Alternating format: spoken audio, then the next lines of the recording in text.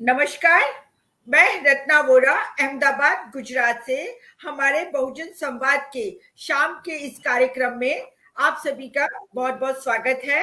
और हमारे इस कार्यक्रम में हमारे साथ जुड़े हैं डॉक्टर सुनीलम जी, जो राष्ट्रीय अध्यक्ष है इंडियन इंडिया फिलिस्तीन सॉलिडेरिटी फोरम के।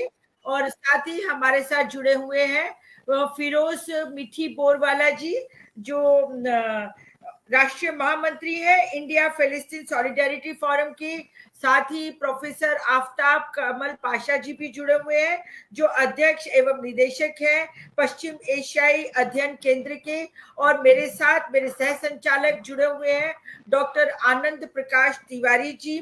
मैं अभी सभी का मेरे जो साथी पैनलिस्ट हैं उन सबका स्वागत करते हुए सबसे पहले मैं डॉक्टर सुनीलम जी, जो राष्ट्रीय अध्यक्ष है इंडियन फिलिस्तीन सॉलिडेरिटी फोरम के, उनसे बात करना चाहूंगी इस विषय पर। और आज का हमारा विषय है इजराइल युद्ध पर आमादा। जैसे कि हम देख रहे हैं पिछले कई समय से लगभग 2 लाख फिलिस्तीनियों का बमबारी करके नरसंहार कर दिया गया है। और जो फिलिस्तीन के जितने भी स्कूल हैं, हॉस्पिटल्स हैं या रिहायशी इलाके हैं, वहां पर भी मतलब पूरा का पूरा तहस नहस कर दिया गया है, नष्ट कर दिया गया है। कई कई कई लाशें बिछा दी गई हैं। और इस तरह से इजराइल ने बमबारिंग करके अपनी एक ताकत का प्रदर्शन किया है। और उसने ये बताने की कोशिश की है कि उसको दुनिया की कोई फिक्र नहीं, चिंता नहीं, ना ही उसे यूनाइटेड नेशन की कोई चिंता है। और जो सुरक्षा परिषद है उसकी भी वो कोई परवाह नहीं करता है। और इस तरीके से इजराइल ने एक तरीके से अपने आप को सर्वशक्तिमान बनाने और घोषित करने का एक तरह से काम किया है, ये जो फिलिस्तीन के ऊपर हमला करने से। तो आज हम इसी विषय को और आगे बढ़ाते हुए हमारे साथ जो डॉक्टर सुनीलम जी हैं, राष्ट्रीय अध्यक्ष है इंडियन फिलिस्तीन सॉलिडेरिटी फोरम के, मैं उनसे चाहूंगी कि वह अपनी बात को, अपनी टिप्पणी को यहाँ से शुरू करें कि क्या इजराइल युद्ध पर आमादा है। जी डॉक्टर सुनीलम जी। जी बहुत शुक्रिया एडवोकेट रत्ना जी। मैं तो अपनी टिप्पणी दूंगा, लेकिन पाशा जी और फिरोज मीठी बोराला जी दो इस विश्व विषय के बहुत भारी भरकम एक्सपर्ट हैं देश और दुनिया के अंदर। उनके विश्लेषण को माना जाता है। मैं पहली बात तो ये कहना चाहता हूँ, दर्शकों से कहना चाहता हूँ कि आप इस बात की कल्पना करिए कि 23 लाख के एक देश में से 2 लाख लोगों का हत्या कर दी जाए, नरसंहार कर दिया जाए, सभी बिल्डिंगें, स्कूल हो, अस्पताल हो, बमबारी से उसे खत्म कर दिया जाए। जो आबादी बची है उस आबादी को भी खाना, पानी और कोई भी उसे सुविधा उपलब्ध ना हो, ये सुनिश्चित करने का काम किया जाए। मुझे लगता है कि दुनिया के इतिहास में ऐसा कभी हुआ नहीं है। युद्ध बहुत सारे हुए हैं और नरसंहार तो ये कहा जाता है होलोकॉस्ट जो है, जो यहूदियों का हुआ था, हिटलर ने जो किया था, उसमें अगर संख्या की दृष्टि से देखा जाए तो गैस चैम्बर में डाल करके शायद एक साथ इतनी बड़ी संख्या में लोगों को पहले कभी नहीं मारा गया था। लेकिन यहाँ पर जिस तरीके से बमबारी हुई है, एक व्यक्ति के ऊपर जितना टन बम गिराने का काम हुआ है और जिस तरीके से स्कूल और अस्पताल बर्बाद करने का काम हुआ है, मुझे लगता है कि हिटलर को भी ये पीछे इन्होंने छोड़ दिया है, इजराइल के जो बेंजामिन नेतन्याहू हैं उन्होंने। अब अभी अगर आप देखें तो सबसे बड़ी खबर इस समय ये है कि पूरा जो स्टॉक मार्केट है वो लड़खड़ा गया है। और स्टॉक मार्केट देश में नहीं, पूरी दुनिया के अंदर लड़खड़ा गया है, क्योंकि अब जब ईरान जो है अपने, उसने केवल अभी शुरुआत की है, जिसे कहते हैं ट्रेलर एक दिखाया है, तो उसके बाद ही जो है ये लग गया है कि आने वाले समय के अंदर अगर ये पूरा एस्केलेट होता है, ये ही पूरा एक युद्ध के अंदर तब्दील हो जाता है, तो पूरे दुनिया के अंदर तेल की बहुत बड़ी कमी पैदा होने वाली है। और इसलिए पूरा का पूरा मार्केट इसके ऊपर ही रिएक्ट करने का काम कर रहा है। भारत लेकिन जो है, जो भारत पूरा यासिर अराफात और इंदिरा गांधी बहन भाई के तौर पर जो लोग जानते थे, हर भारतीय जो है वो अपना एक रिश्ता मानता था यासिर अराफात के साथ में, फिलिस्तीन के साथ में। और ये जो पट्टा अभी ये डाले हुए हैं फिरोज मीठीपुर वाला जी, ये लोग पहचानते थे इस पट्टे को जब तक यासिर अराफात थे तब तक। लेकिन वही देश अब हथियारों की सप्लाई कर रहा है, अडानी हथियारों की सप्लाई कर रहे हैं। भारत के और भी 2 कंपनियां कर रही हैं। यहाँ से लोगों को भेजा जा रहा है, 10-10 हज़ार लोगों की जो है रिक्रूटमेंट करके भेजा जा रहा है। ये सब जो देश में चल रहा है, ये पूरी की पूरी नई बात है। इज़राइल के नरसंहार के साथ में भारत सरकार खड़ी हुई है। हम सबके लिए, भारतीयों के लिए इससे बड़ी शर्म की बात कोई दूसरी नहीं हो सकती है।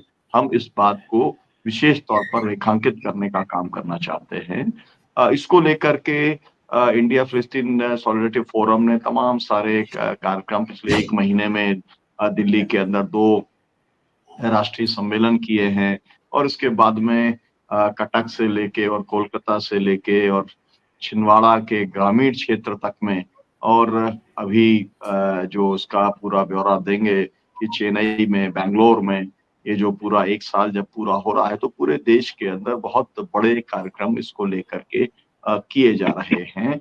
लेकिन सबसे ज़्यादा दुखद बात ये है कि अमेरिका के अंदर इसका विरोध हो रहा है, इज़राइल के अंदर भी इसका विरोध हो रहा है, यूरोप में भी इसका विरोध हो रहा है, लेकिन ना तो इस देश के अंदर जन संगठन जिस तरीके से उन्हें सड़क पे उतरना चाहिए, ना पॉलिटिकल पार्टी मैं स्पेसिफिकली कहना चाहता हूँ कि भई एनडीए वाले तो नहीं उतरेंगे, उतरेगा तो इंडिया गठबंधन। लेकिन वो भी जिस तरीके से सड़कों पर उतर करके और उसे आना चाहिए कि एक अपराधी के साथ खड़ा हुआ है हमारा देश जिस व्यक्ति को भ्रष्टाचार के मामले में, अत्याचार के मामले में, वॉर क्राइम्स के मामले में जेल में होना चाहिए था, उस व्यक्ति के साथ में मोदी जी खड़े हुए हैं।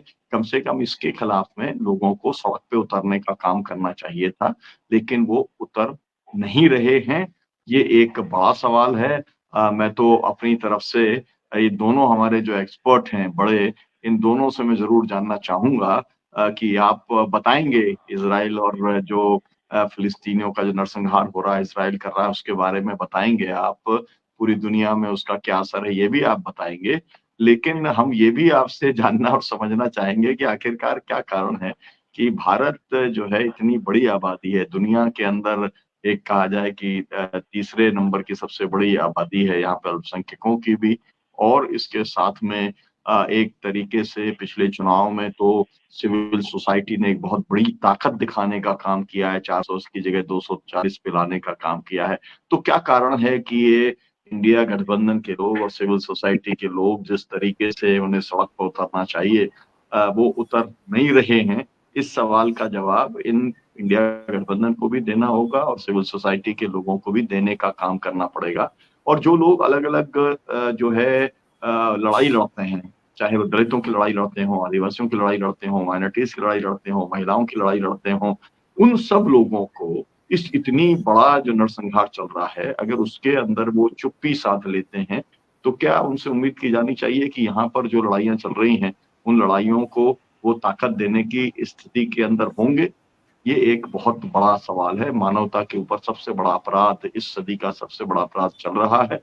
तो मैं तो केवल इतना ही कहना चाहूँगा तत्काल युद्ध विराम हो, इसके लिए जो कुछ कर सकता है भारत देश उसको करना चाहिए। तत्काल जो है विथड्रॉ करे इज़राइल ने जो कब्ज़ा किया हुआ है गाज़ा के पूरे के पूरे इलाके में, वहाँ से उसे विथड्रॉ करने का काम करना चाहिए। बस इतनी बात कह कर के और मैं उम्मीद ये करना चाहता हूँ कि हमारे जो दर्शक हैं वो दर्शक इंडिया फिलिस्तीन सॉलिडरिटी फोरम जो एक प्रयास कर रहा है पूरे देश के अंदर और 7 तारीख का एक कॉल है पूरी दुनिया के अंदर, उस कॉल के साथ में जुड़ेगा। अपने स्तर के ऊपर छोटे-छोटे जो भी कुछ एक प्रोटेस्ट कर सकते हैं, उस प्रोटेस्ट को करने का काम करेगा और फिलिस्तीन जो कि पूरा बर्बाद होने के बाद भी, लाखों की हत्या के बाद भी लोग खड़े हैं, लड़ रहे हैं, उनको साथ देने का काम करेगा। फिलहाल मैं केवल इतना ही कहना चाहता हूँ। रत्ना जी आपका बहुत शुक्रिया समय देने के लिए।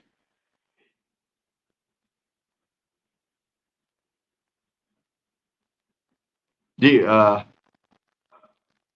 मुझे लगता है कि पहले फिरोज भाई आप जो है अपनी टिप्पणी रखते हैं जो लेटेस्ट डेवलपमेंट्स हैं, विशेष तौर पर लेबनान को लेकर के जिस तरीके से है, और हिजबुल्लाह को मतलब जिस तरीके से इस समय की स्थिति है, जो लेटेस्ट डेवलपमेंट है, उसके ऊपर थोड़ा सा अगर आप दर्शकों को ब्रीफ करेंगे तो अच्छा रहेगा, क्योंकि हमारे जो दर्शक हैं वो अंग्रेजी वाले बहुत सारे चैनल्स देखते नहीं हैं, और हिंदी वाले चैनल्स जो है बहुत ज्यादा इस जो है युद्ध की स्थिति को ज्यादा दिखाने का काम नहीं करते, और दिखाते हैं वो गोदी मीडिया वाले दिखाते हैं, इजराइल का पक्ष दिखाते हैं। फिरोज भाई आप। जी धन्यवाद सुलभ जी, आपने बहुत अच्छे तरीके से एक बैकग्राउंड रखा है पूरे मुद्दे को लेकर।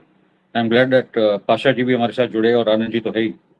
तो मुद्दा ये है कि अभी जो बड़ा सवाल है, और आपने सही कहा कि भारत की भूमिका, सरकार की भूमिका तो स्पष्ट है कि वो इजराइल के साथ खड़ी है। यहाँ की गोदी मीडिया भी खड़ी है। टाइम्स ऑफ इंडिया के अखबार में देख रहा हो तो इजराइल या कोई यूरोपियन किस्म के लोग ही लिख रहे हैं, मगर पैलेस्टाइन की भूमिका रखने वाला कोई अंग्रेज अखबार में तो मुझे स्पेस ही नहीं दिख रही है। तो जन आंदोलन और भारत के राजनीतिक दल, खास करके जो सेकुलर राजनीतिक दल है, जो आजादी की परंपरा, गांधी जी की परंपरा, नेहरू और आजाद की परंपरा के साथ जुड़े हैं, वो क्या करेंगे, लोहिया की परंपरा के साथ वो क्या करेंगे, उस पर भी हम लोग आएंगे। तो मुद्दा यह कि जो संभावना है तीसरे विश्व युद्ध की, उसमें भारत कहाँ खड़ा होगा, अभी वो बहुत निर्णायक समय आ चुका है, और वहां काम करने की जरूरत है पैलेस्टाइन के पक्ष में, और भारत वो तीसरे युद्ध में ना जुड़े इजराइल के पक्ष में, वो भी हमको देखना है। तो 7 अक्टूबर जो आ रहा है, एक तरीके से उसको अक्टूबर रिवॉल्यूशन बोला जा रहा है, अक्टूबर की क्रांति बोला जा रहा है। पैलेस्टाइन का अपराइजिंग है, वो गाजा का अपराइजिंग है, क्योंकि एक जो कंसंट्रेशन कैंप बना हुआ है गाजा में, उसको तोड़ने की कोशिश की गाजा के लोगों ने, उसको तोड़ डाला। और जो मुद्दा पैलेस्टाइन से लेकर वेस्ट बैंक गाजा का कोई चर्चा उस दौरान नहीं हो रही थी, नेतन्याहू को मजबूर कर दिया था कि आप कुछ करो वरना आपका वक्त अभी खत्म हो चुका है। तो नेतन्याहू ने एक्चुअली एक जाल बिछाया, उसमें मैं आऊंगा, मगर जाल में खुद नेतन्याहू फंसा है, वो भी एक रियलिटी है। तो पहले तो 7 अक्टूबर की एक क्रांतिकारी दिन है, जो हम लोग अभी सब जुड़कर उसको एक तरीके से उसका आयोजन करेंगे, उसके अलग अलग कार्यक्रम और हम लोग कर ही रहे। दूसरा की जो प्रिजन कैंप था, मैं उसको गाजा गेटो अपराइजिंग बोलता हूँ, जैसे 1944 में वॉर्सो गेटो अपराइजिंग हुई थी, वे ऐसे ही है, गाजा गेटो अपराइजिंग है, और एक जेल ब्रेक, एक कॉन्सेंट्रेशन कैंप की दीवारों को उन्होंने तोड़ा है। इसके परिणाम में ऐसा हो चुका है कि दुनिया में अभी पैलेस्टाइन का सवाल केंद्रीय मुद्दा बन चुका है, जो 1 साल पहले कहीं चर्चा में नहीं था। तो दुनिया का केंद्रीय जियोपॉलिटिकल मुद्दा आज फिर से पैलेस्टाइन बन चुका है, और वो था ही ये पूरे 100 साल के से ज्यादा से। मुद्दा ये है कि अभी जो पिछले 1 महीने में जो घटना हुई है कि इस्माइल हानिये का असैसिनेशन, जो हमास के लीडर थे, और उनका असैसिनेशन तब हुआ जब ये बोला जा रहा था कि बाइडेन और ब्लिंकन, जो सेक्रेटरी ऑफ स्टेट अमेरिका के, वो सीज फायर की पूरी कोशिश कर रहे थे। तो जो आदमी आपके साथ सीज फायर की बात कर रहा है, जो ओपनली तेहरान में था, वहां नए प्रेसिडेंट के इनॉग्रेशन के लिए उसको बुलाया गया था, उसी दौरान पेजेशकियान को मारा गया, सॉरी इस्माइल हानिये को मारा गया, जो हमास के लीडर थे। मैं उनको मिल चुका हूँ, हम लोग गाजा में जब 2010-11 में गए थे, तो एक ही मंच पे से इस्माइल हानिये ने पूरे भारत के डेलीगेशन को सम्मान दिया था, और हम लोगों ने मिलकर वहां भाषण भी दिया था। उसके बाद हुआ कि बहुत दबाव आया ईरान पे कि आप तुरंत हमला कीजिए, मगर पेजेशकियान जो एक मॉडरेट है, रिफॉर्मिस्ट है, उन्होंने देरी की। उनको अमेरिका ने आश्वासन दिया कि अभी आप हमला मत कीजिए। इनफैक्ट शोइगु, जो रशिया से भी आए थे उसी दौरान तेहरान, उन्होंने कहा कि हमला मत कीजिए, एक सीज फायर की तैयारी चल रही, इस बार सीज फायर हो जाएगा। तो ईरान ने हमला नहीं किया, और उसके बाद ये उनको समझ में आया कि ईरान बड़ी युद्ध में उतरने के लिए तैयार नहीं है। वो भी डर रहा है, क्योंकि अमेरिका की वॉरशिप्स मेडिटेरेनियन में है, रेड सी में है, पर्शियन गल्फ में है। तो अगर ईरान उतरेगा तो बड़े पैमाने पे अमेरिका भी वॉर में उतरेगा। तो कहीं ना कहीं वो दबाव तो था। ये भी दबाव है आज भी कि इजराइल न्यूक्लियर बॉम्ब भी तेहरान पे डाल सकता है, ये भी दबाव था।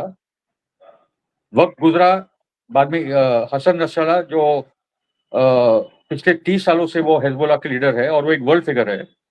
2006 में हिजबुल्लाह का नाम तक हम जैसे लोगों ने भी यहाँ वहाँ थोड़ा सुना था, मगर जब 11 जुलाई 2006 को इजराइल ने अपनी पूरी सेना लगा दी थी, 20,000 troops, tanks, ships, F-16 fighter jet सब कुछ लेकर आया था, तो हिजबुल्लाह ने उनको बॉर्डर पे ही 34 डेज की जंग के बाद हरा दिया था।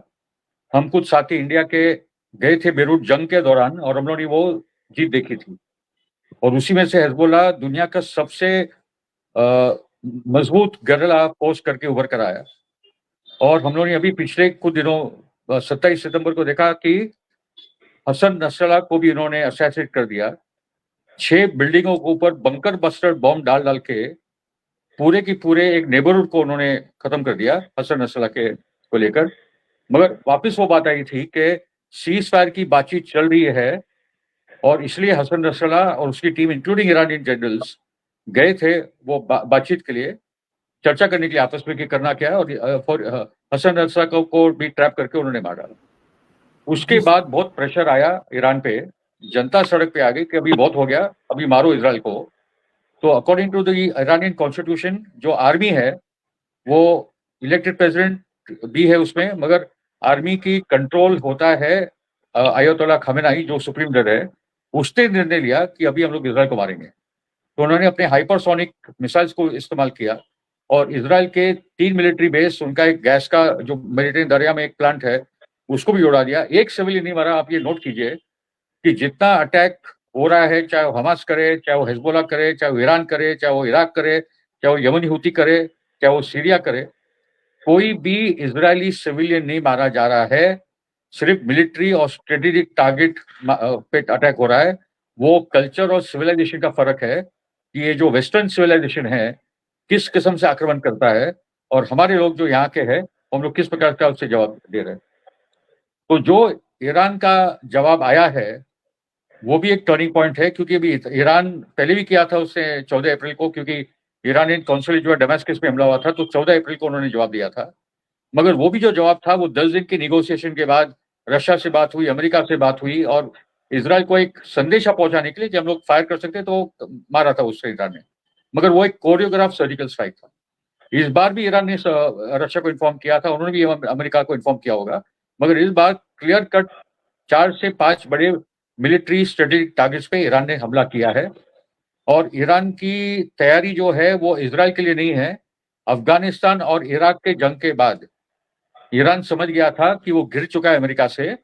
उसने तभी से तैयारी शुरू की थी कि advance missile system deep underground, जमीन के नीचे जितने वो लोग जा सकते थे गए हैं। उनके न्यूक्लियर प्लांट्स भी उन्होंने बना के रखे। अभी तक ईरान, मैं तो मानता हूँ कि एक न्यूक्लियर बॉम्ब अभी उसको चाहिए ताकि वो डिटरेंट बने, जैसे नॉर्थ कोरिया ने बना के रखा है। सद्दाम के बाद न्यूक्लियर बॉम्ब होता तो कभी अमेरिका आता नहीं उसको टारगेट करने के लिए।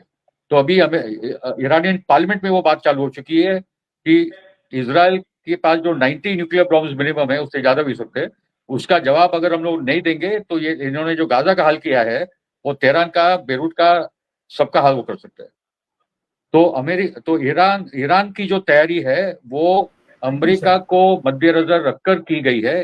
वो तो बोलते हैं कि हमारे लिए इजराइल तो बहुत छोटी बात है, क्योंकि इजराइल को अलग से अकेले नहीं लड़ रहा है। America, Britain, France, Germany, Italy, NATO की ताकतें पूरी की पूरी इसके साथ खड़ी है, हथियारों की, टेक्नोलॉजी की, सब तरीके से। जी फिरोज भाई, मुझको लगता है कि एक कमेंट पाशा जी का और जो है सलीम साहब का ले लें और उसके बाद फिर आप कंटिन्यू करेंगे तो ज्यादा बेहतर रहेगा। अच्छा है ना? अच्छा। हाँ, तो पाशा जी के पास हम चलते हैं और पाशा जी से चाहेंगे कि अभी तक जो बातें आ गई हैं उसमें आप दर्शकों के लिए क्या एडिशन आप उसके अंदर करना चाहेंगे ताकि एक पूरी अंडरस्टैंडिंग बने एक्चुअली में जो कुछ स्थिति बनी हुई है उसको लेकर के।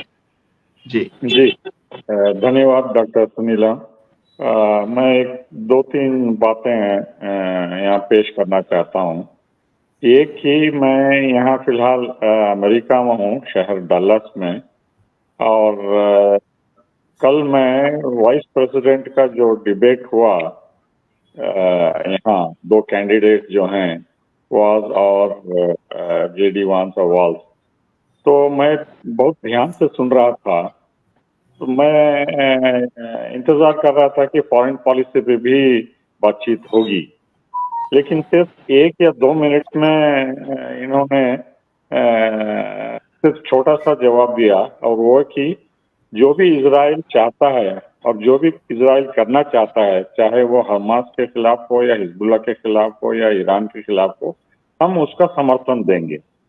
तो यहाँ रिपब्लिकन और डेमोक्रेटिक पार्टी में सहमति है कि जो भी इजराइल कर रहा है वो अपने हित में कर रहा है, और वो हित जो है अमेरिका का भी हित है। तो ये दोनों पार्टियां मिली हुई हैं कि जो भी इजराइल कर रहा है, चाहे वो नरसंहार गाजा में कर रहा है या लेबनान में कर रहा है, और जो कुछ भी ईरान के साथ करना चाहता है, वो उसका समर्थन करते आएंगे, चाहे वो कोई भी पार्टी सत्ता में हो, आएगी 14 नवंबर के बाद। दूसरी बात, मैं हर दिन इजराइल के 3 अखबार पढ़ता हूँ, Jerusalem post, times of Israel और हरिट्स। और इन तीनों में से सबसे मशहूर है हरिट्स, जो लिबरल माना जाता है, जो कि तकरीबन 50% इजरायली और पूरे दुनिया भर में कम से कम 4 या 5 मिलियन लोग इसको पढ़ते हैं, जो कि बहुत मशहूर अखबार है।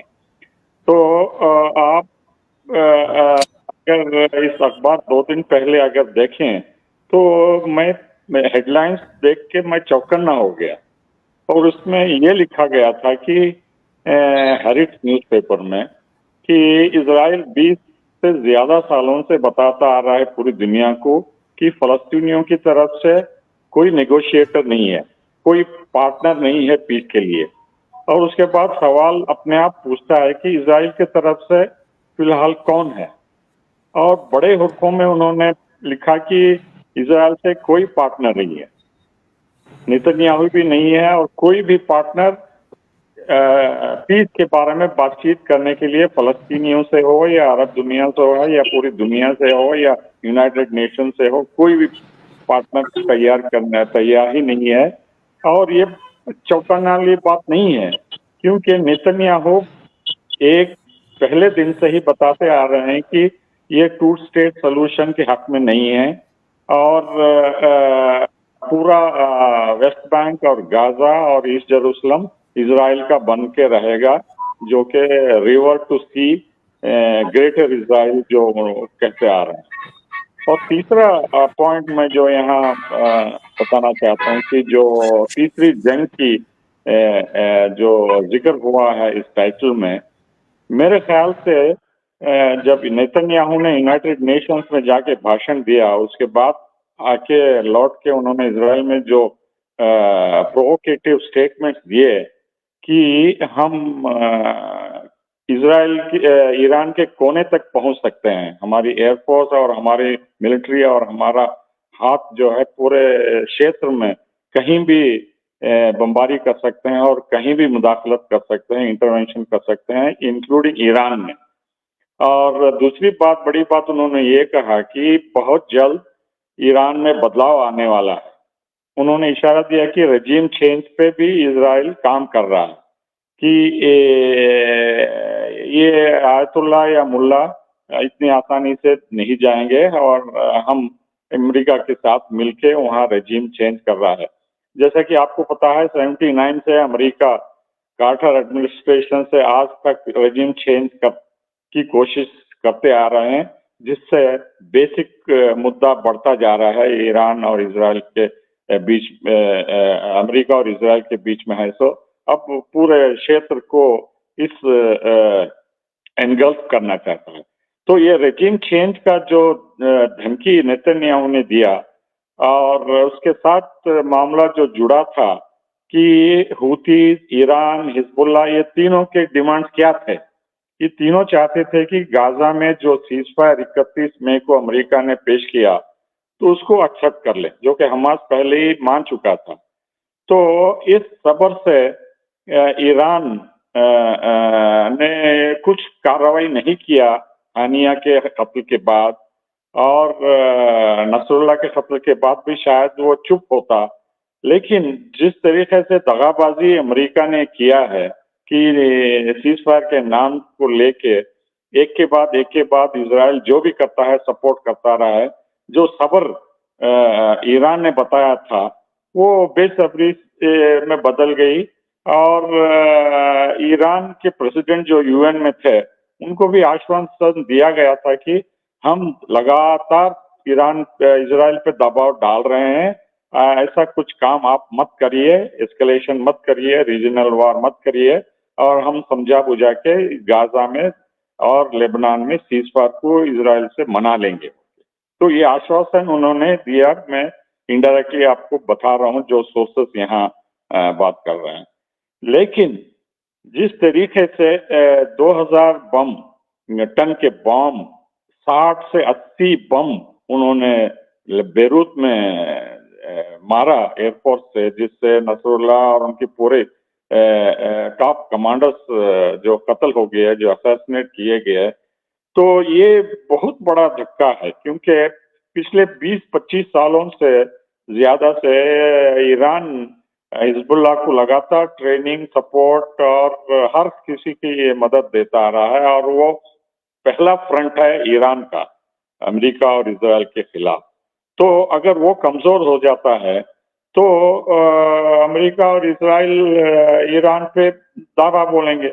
तो इस विश्वास पे उन्होंने सब्र दिखाया था 2-3 महीनों से। तो अब उनका सब्र जो है बेसब्री हो गया और उन्होंने जो वादा किया था तो इजराइल के खिलाफ उन्होंने मिलिट्री अड्डों पे निशाना बनाया। अब रही बात फाइनल वार की तरफ, क्या हम बढ़ रहे हैं तीसरी जंग, आलमी जंग के तरफ, मेरे ख्याल से इजराइल जरूर इसका बदला लेगा जो 2 दिन पहले ईरान ने किया।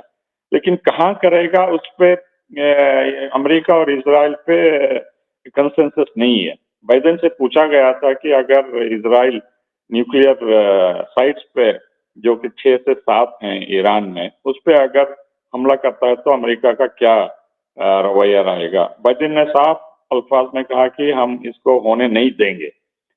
लेकिन मुझे विश्वास नहीं है कि बाइडेन जो कह रहे हैं वो पूरी दुनिया मानेगी, क्योंकि पिछले 1 साल से बाइडेन सीज फायर बोल के पूरी दुनिया में चिल्ला रहे हैं और कहीं सीज फायर नहीं हुआ है और नरसंहार चलता आ रहा है और बढ़ के और देशों में बढ़ता जा रहा है, लेबनान में, यमन में वगैरह वगैरह, और ईरान में भी अब होने वाला है वहाँ बमबारी।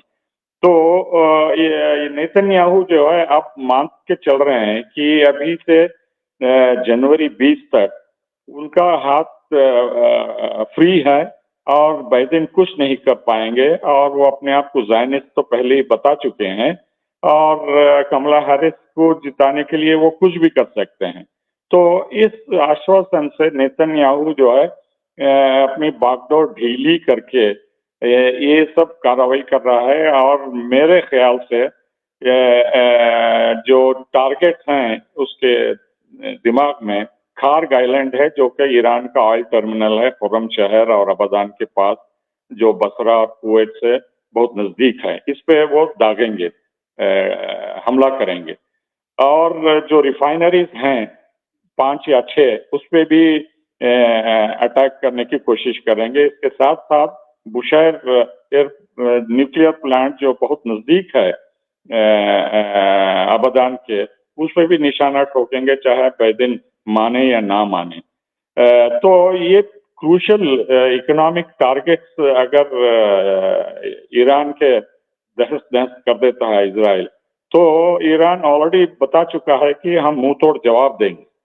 तो जो इसके पास बैलिस्टिक मिसाइल्स हैं, ड्रोन्स हैं, क्रूज मिसाइल्स हैं और दूसरे हथियार जो ईरान के पास हैं, वो जरूर इजराइल के इकोनॉमिक टारगेट्स पे भी हमला करेगा, चाहे वो हैफा हो या अस्कलान हो या जो कुछ बचा हुआ है इलाक में या सेंटर हज़िलिया में या दूसरे स्ट्रेटेजिक टारगेट में ईरान भी जरूर हमला करेगा।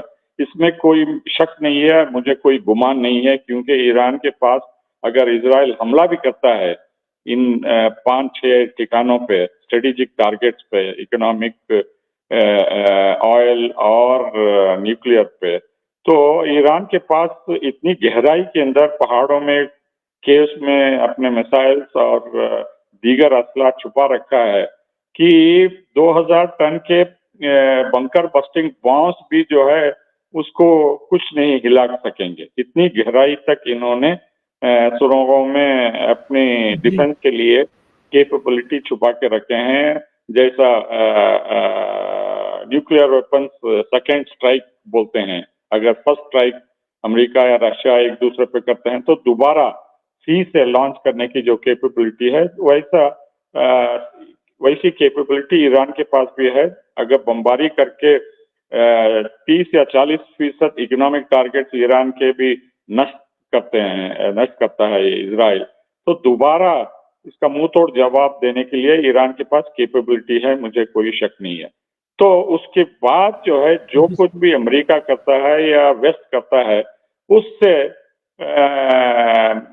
थर्ड वर्ल्ड वॉर की तरफ हम बेशक धीरे धीरे कदम बढ़ाएंगे, लेकिन तब तक मेरे ख्याल से हमें कंक्लूड नहीं करना चाहिए कि अभी तीसरी आलमी जंग की तरफ हम बढ़ रहे हैं।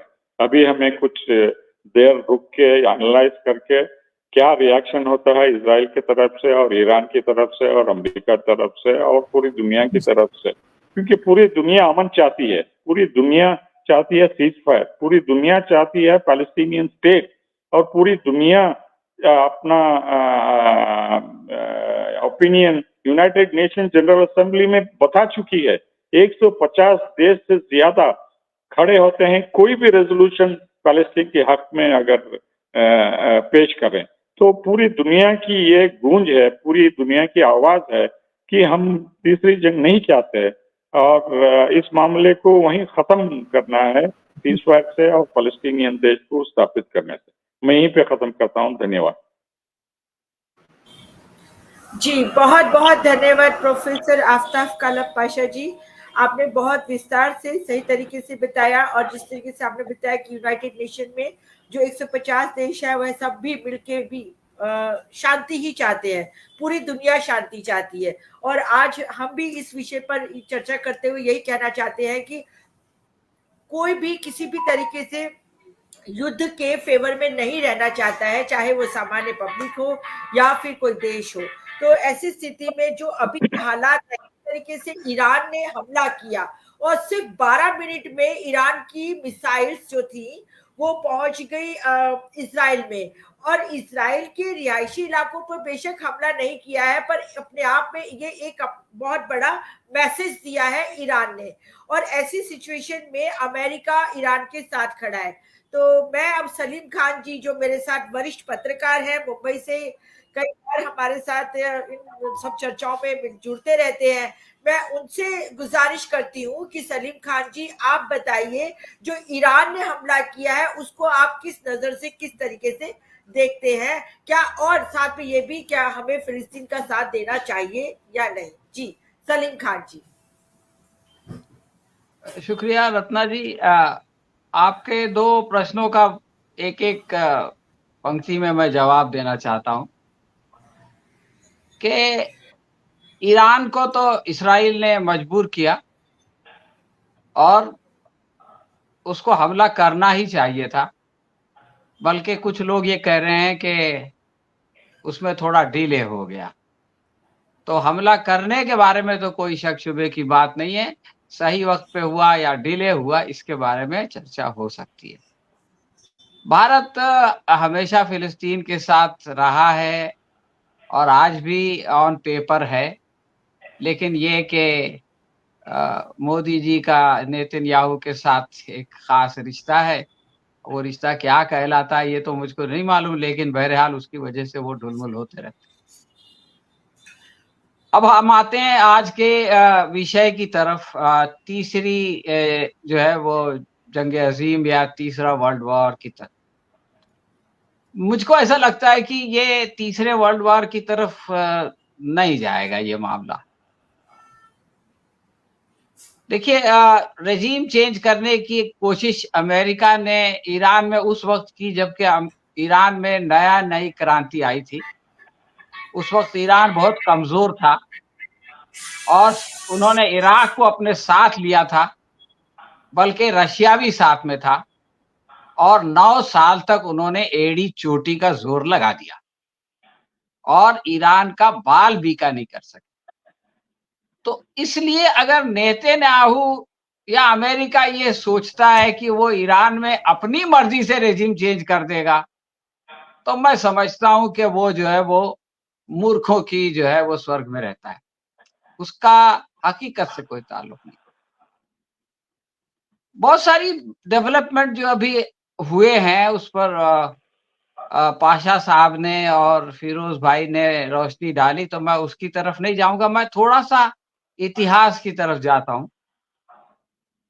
देखिए अभी ये बात फिरोज भाई ने कही कि ये जो जंग है ये बेसिकली अमेरिका लड़ रहा है, इसराइल तो उसका एक आप ये समझ लें कि कठपुतली है। और दूसरी बात अभी पाशा साहब ने बताई कि फॉरेन इतना बड़ा इंटरनेशनल इशू है, लेकिन डिबेट में सिर्फ एक सेंटेंस आया कि हम जो है वो इसराइल के साथ हैं। तो इसका डायरेक्ट संबंध मेरा ख्याल है कि यूएस के चुनाव से। इसीलिए मैं इतिहास में जाना चाहता हूं और एक उदाहरण देना चाहता हूं। देखिए 9/11 2001 में हुआ है, जॉर्ज डब्ल्यू बुश जो है वो यूएस के प्रेसिडेंट थे, और आप ये समझ लीजिए कि वो जो हमला था उसमें अमेरिका की नाक कट गई। सबको पता चल गया कि ये जो ढोल पीटते हैं कि हम दुनिया के जो है वो सबसे बड़े सुपर पावर हैं, इनकी जो नाक थी वर्ल्ड ट्रेड सेंटर, वो सारे लोगों ने उसको टेलीविजन पे ढहते हुए देखा। अब सवाल यह है कि बुश को यह पता था कि 2004 में उसको दोबारा इलेक्शन लड़ना है और अमेरिकन किसी हारे हुए प्रेसिडेंट को दोबारा इलेक्ट नहीं कर सकते। तो उसने अफगानिस्तान में जो है वो अपनी फौज भेज दिया। उसका ख्याल था कि भाई 2001 सितंबर में हम गए और 2002 जनवरी तक मामला फिनिश हो जाएगा। लेकिन पूरा 2002 लड़ते लड़ते गुजर गया और कोई बड़ी कामयाबी नहीं हुई। इस बात का कोई इम्कान नहीं था, इस बात का कोई चांस नहीं था कि एज ए विनर जो है वो यूएस की फौज वापस आती। तो अब बुश ने अपना पैंतरा बदला। उसने जो है वो मार्च 2003 में इराक पे हमला कर दिया, इसलिए कि उसको ये लगा कि इराक जो है वो सॉफ्ट टारगेट है कंपेयर टू अफगानिस्तान। मार्च 2003 में इन्वेजन होता है और मई 1 को वो सद्दाम हुसैन का जो स्टैचू लगा हुआ था उसको गिराया जाता है और सारी दुनिया को दिखाया जाता है और बुश साहब आके टेलीविजन पे कह देते हैं कि मिशन एकम्प्लिश्ड, यानी पूरा अफगानिस्तान में जो अपनी नाकामी है उसको जो है उस पुतले को गिरा के छुपा दिया और ये बता दिया कि हाँ साहब हम जीत गए, हम कामयाब हो गए। अब उसके बाद देखिए कि दिसंबर 2003 में 14 दिसंबर को सद्दाम हुसैन को गिरफ्तार कर लिया जाता है। इस पूरी जंग के पीछे जो थियरी बनाई गई, जो झूठ गढ़ा गया, वो ये था कि सद्दाम हुसैन के पास वेपन्स ऑफ मास डिस्ट्रक्शन है। लेकिन सद्दाम हुसैन की गिरफ्तारी के 40 दिन बाद 24 जनवरी को खुद अमेरिका ये कहता है कि हमारी इंफॉर्मेशन गलत थी, सद्दाम हुसैन के पास वेपन्स ऑफ मास डिस्ट्रक्शन नहीं था और अब हम उसकी तलाश को खत्म कर रहे हैं। तो आप समझ लीजिए कि जो झूठ गढ़ा, जिसकी बुनियाद पर जंग की गई, वो झूठ खुद अमेरिका ने मान लिया।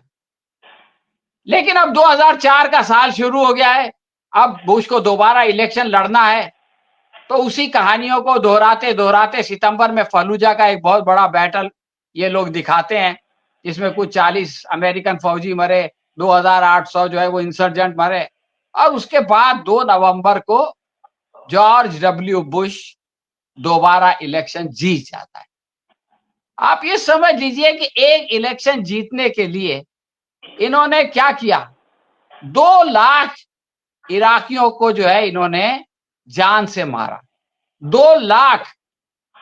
ये जब जंग खत्म हुई 10 साल के बाद, 8 साल के बाद, तो 2 लाख इराकी मारे गए थे, 9,000 अमेरिकन फौजी और कॉन्ट्रैक्टर्स मारे गए थे, 90 लाख यानी 9 मिलियन लोग डिस्प्लेस हुए इराक में, और $2 ट्रिलियन खर्च हुआ।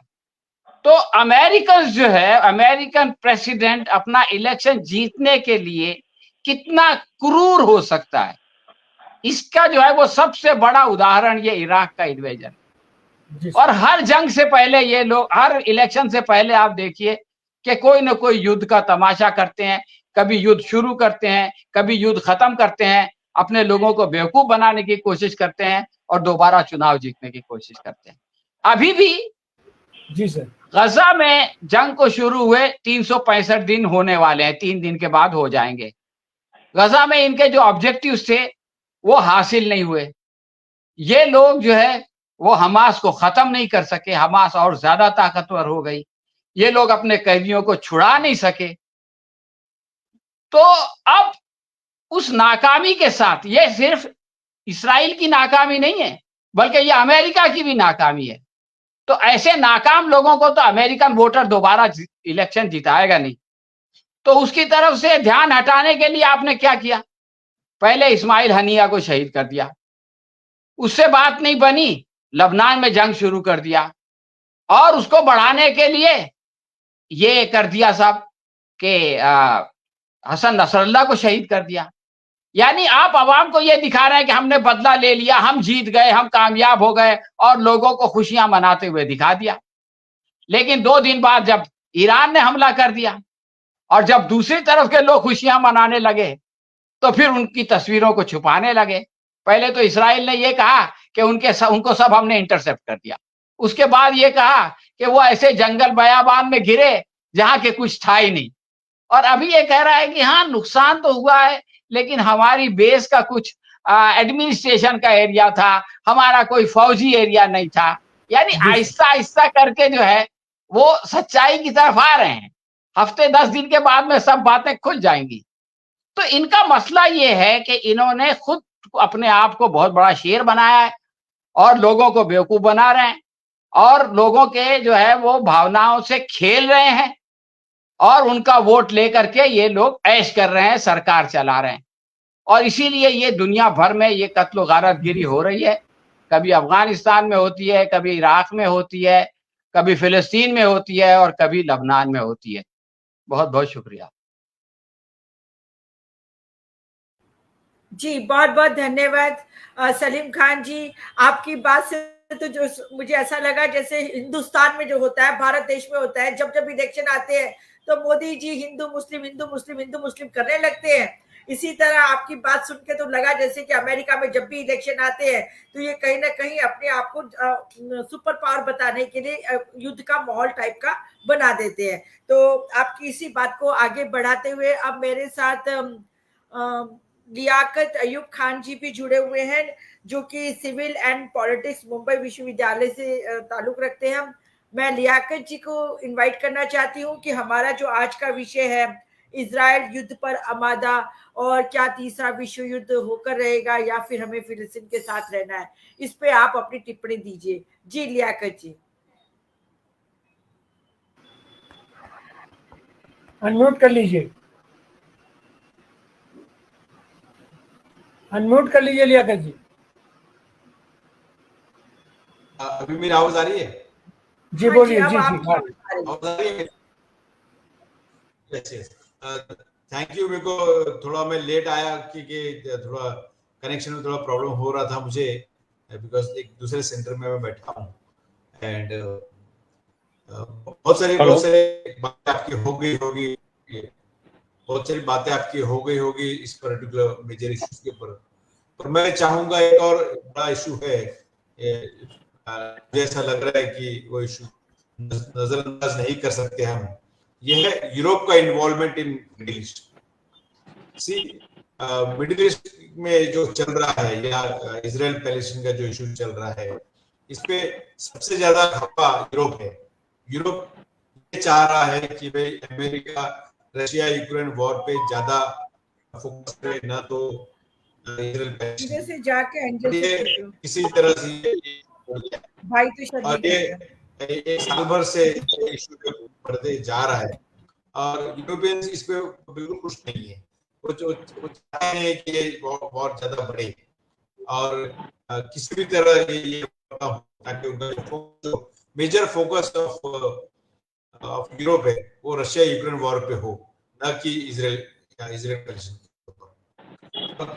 जो बात आपने कही कि क्या ये वॉर थर्ड वर्ल्ड वॉर की तरफ जा रहा है, मुझे ऐसा नहीं लगता कि ये थर्ड वर्ल्ड पर ये इतना बड़ा इशू हो के चाहे।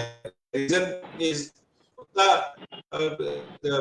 इम्पोर्टेंट है। बहुत सारे वॉर के जो है उनका कहना है कि जब तक ऐसा कोई वॉरियर जो कि टेरिटरी ऑक्युपाई करने की ताकत रखता है, जब तक वो फील्ड में नहीं आएगा तब तक वर्ल्ड वॉर की तरफ नहीं जा सकेंगे। अभी उस तरफ अगर देखेंगे, इसराइल कितने भी हम कहें तो भी इसराइल की जो टेरिटोरियल लिमिट्स है वो सिर्फ और सिर्फ जेरूसलम, गाजा, वेस्ट बैंक इतना ही उसका अपना सीमित है। इसराइल क्या जाके इस तरफ से क्या बोलते हैं सीरिया तक नहीं जा सकेगा, या फिर इस तरफ सऊदी अरबिया नहीं जाएगा, या फिर इधर इजिप्ट पे नहीं जाएगा। द रीजन इज वो अपने आप ही वो एक टेरिटोरियल बॉन्डिंग है उसका, और उसी टेरिटरी में रह के वो अपने बैटल करेगा। बिकॉज इसी वजह से न तो ईरान को ये अलाउ करेंगे कि ये अपने पूरे वॉर वॉरियर्स और वॉर मशीन्स लेके ईरान ये टुवर्ड्स लेबनान जाए या टुवर्ड्स इजराइल जाए, बिकॉज बाकी सारे स्टेट्स अलाउ नहीं करेंगे। तो इस तरह थर्ड वर्ल्ड वॉर सिचुएशन तो नहीं है, बट हाँ ये कह सकते हैं कि बहुत ज्यादा हानि हो रही है। ये मशीन्स जो अमेरिका जो बहुत सारा वेपन्स प्रोवाइड कर रहा है उनको फॉरेन एड दे रहा है, और ये जो फॉरेन एड है ये एक बहुत सारे उनके लिमिट्स के बाहर जाके दे रहे हैं। लियाकत जी, देखते हैं कि लियाकत जी आपकी आवाज हाँ कट रही है। हमको लग रहा है कि आपका नेटवर्क ठीक नहीं है, उससे डिस्टर्ब हो रहा है। आपका नेटवर्क ठीक हो जाता है तो हम आपके पास फिर आते हैं। देखिए सलीम खान साहब, आप कुछ बात कहना चाह रहे हैं? जी, मैं दो जुमले कहना चाहता हूं कि यूक्रेन में जो अमेरिका की शिकस्त हुई, यानी जो इलाके रशिया ने यूक्रेन से जीत लिए, उसको ये लोग सारे नाटो मिलके वापस नहीं ले सके। उसकी तरफ से ध्यान हटाने के लिए ये लोग गाजा के मामले को इन्होंने एस्केलेट किया। गाजा के मामले में कामयाबी नहीं हुई तो लेबनान में घुस गए। तो ये इनका जो मामला है कि एक जगह हारते हैं तो उसकी तरफ से ध्यान हटाने के लिए दूसरी तरफ, जैसे हरियाणा में मोदी जी देख रहे हैं कि हार रहे हैं तो पौधे झारखंड पहुंच गए। तो ये इनका जो है वो इलेक्शन का खेल है। शुक्रिया जी, बहुत बहुत शुक्रिया। अब मेरे ख्याल से समय भी पूरा होने लगा है, तो मैं डॉक्टर आनंद प्रकाश तिवारी जी से अनुरोध। No Ratna ji, I would like to say something. Ratna ji, yes hello जी, फिरोज भाई या कुछ इंपॉर्टेंट चीजें हुई है पिछले 24 घंटे में। इजराइल ने सीरिया में रशिया का जो वेपन्स डेपो है हेमाइम बेस का, वहां उन्होंने हमला किया है। ये इजराइल ने बहुत बड़ी स्ट्रेटेजिक गलती की है, मैं मानता हूं। रशिया ने ये कहा है कि Iran has a right to defend itself.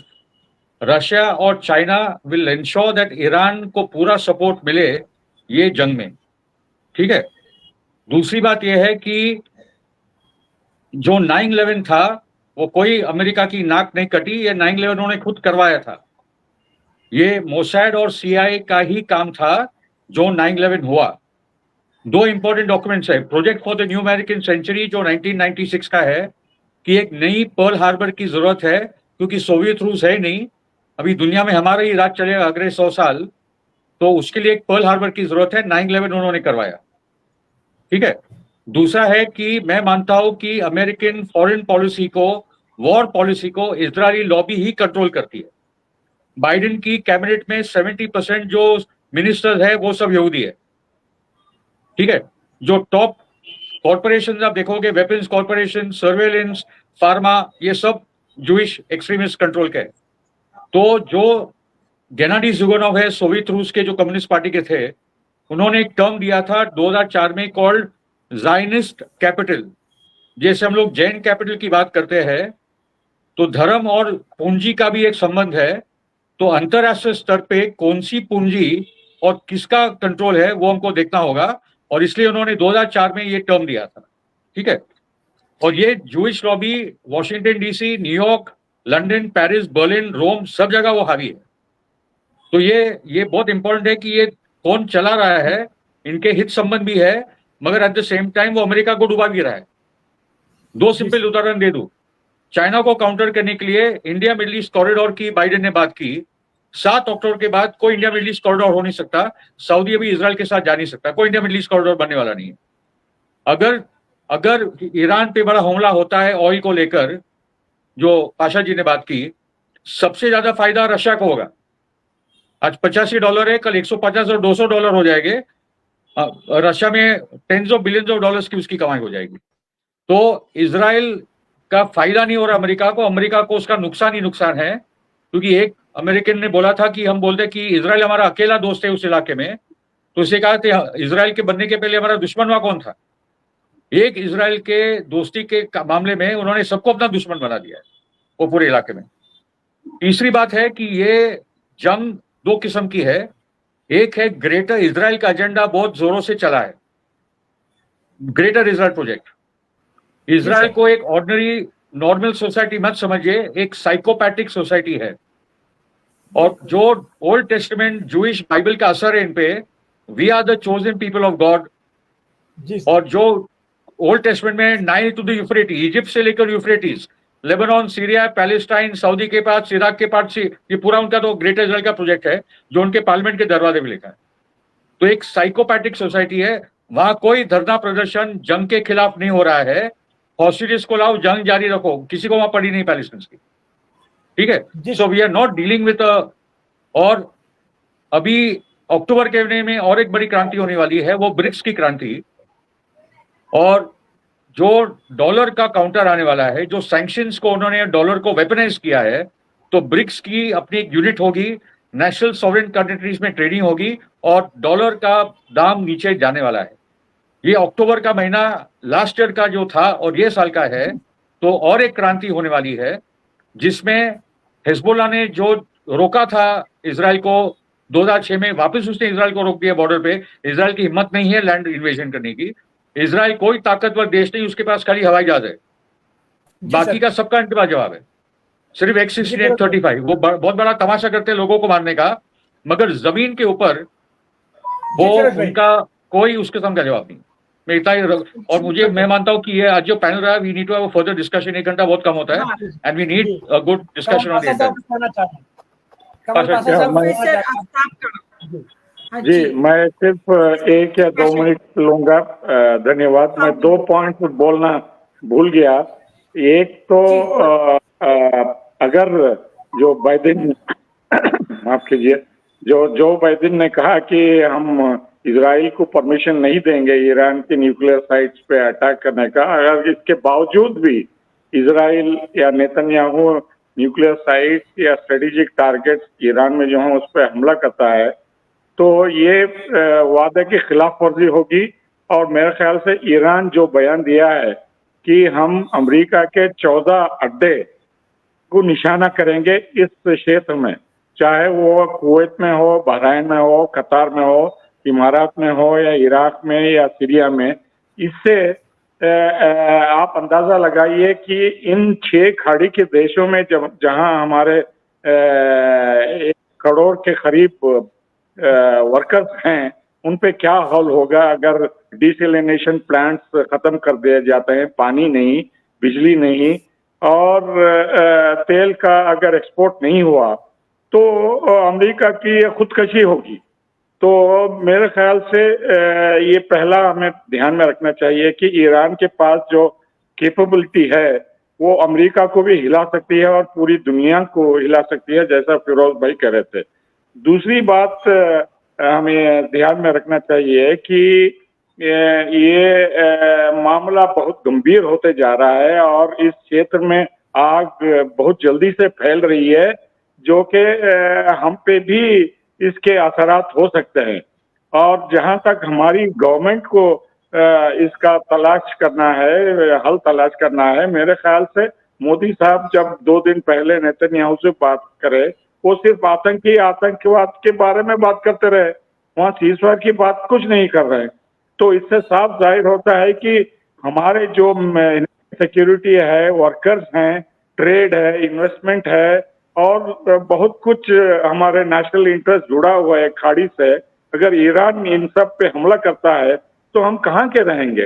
तो हमें भी कुछ आगे चल के पेशकदमी से करके दबाव डालना पड़ेगा नेतन्याहू के पर। आप जो भी ये